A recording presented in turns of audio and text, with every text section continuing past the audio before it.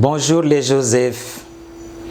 Nous continuons nos enseignements pour préparer les TENAFEP que nous allons présenter à la fin de cette année scolaire. Alors, nous sommes en vocabulaire. Observons d'abord les exemples que j'ai donnés ici. Je sais que vous lisez avec moi. Là, on dit riche et là-bas, on dit pauvre. Bon, là-bas, on dit mauvais. Qu'est-ce que tu remarques là où tu es? Et ces mots-là, riche et pauvre, ces mots-là ont le même sens? Là, je sais que tu réponds c'est non. Ces mots ici n'ont pas le même sens. Bon, mauvais, les deux mots-là n'ont pas le même sens. Ils ont le sens contraire parce que riche, c'est le contraire de pauvre et pauvre, c'est le contraire de riche. Bon, c'est le contraire de mauvais. Mauvais, c'est le contraire de bon. Donc, aujourd'hui, en vocabulaire, nous parlons des antonymes. Qui dit antonyme dit contraire. Et les antonymes, ce sont des mots directement opposés par leur sens.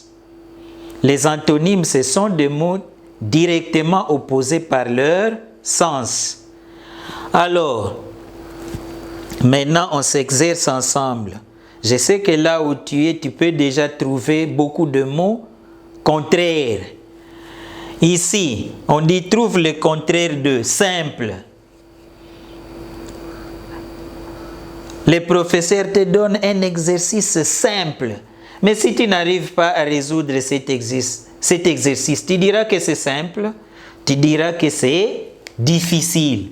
Le contraire de simple, c'est difficile. Le contraire de oui. Veux-tu m'accompagner? Oui. Et au cas où tu refuserais, qu'est-ce que tu diras? Tu diras non. Donc tu ne veux pas m'accompagner. Ancien. Le contraire d'ancien, c'est nouveau. Léger. Par exemple, tu amènes ton sac à l'école, on n'a pas mis beaucoup de choses à l'intérieur, c'est léger. Mais si on a mis beaucoup de choses à manger, les cahiers et tout ça, même la gourde d'eau, quand tu mets ça au dos, tu sens que ce n'est pas léger. Le contraire de léger, c'est lourd.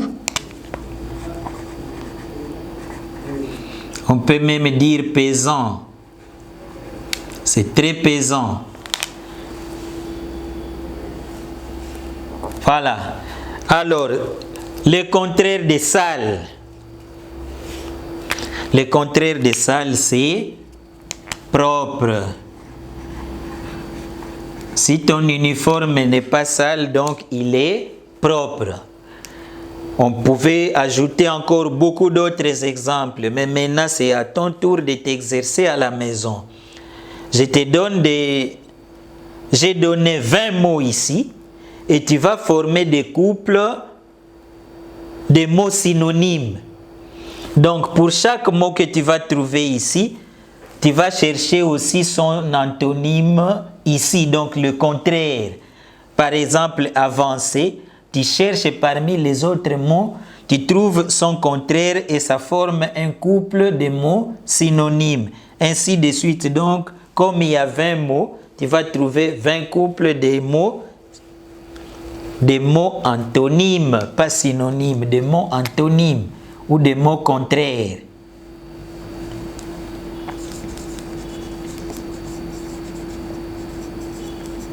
Voilà, nous avons terminé notre leçon. Après avoir travaillé, tu présentes tes réponses à papa, à maman ou à un aîné qui est à la maison. N'oublions pas les gestes barrières. Que Dieu vous bénisse. Bye bye, à la prochaine.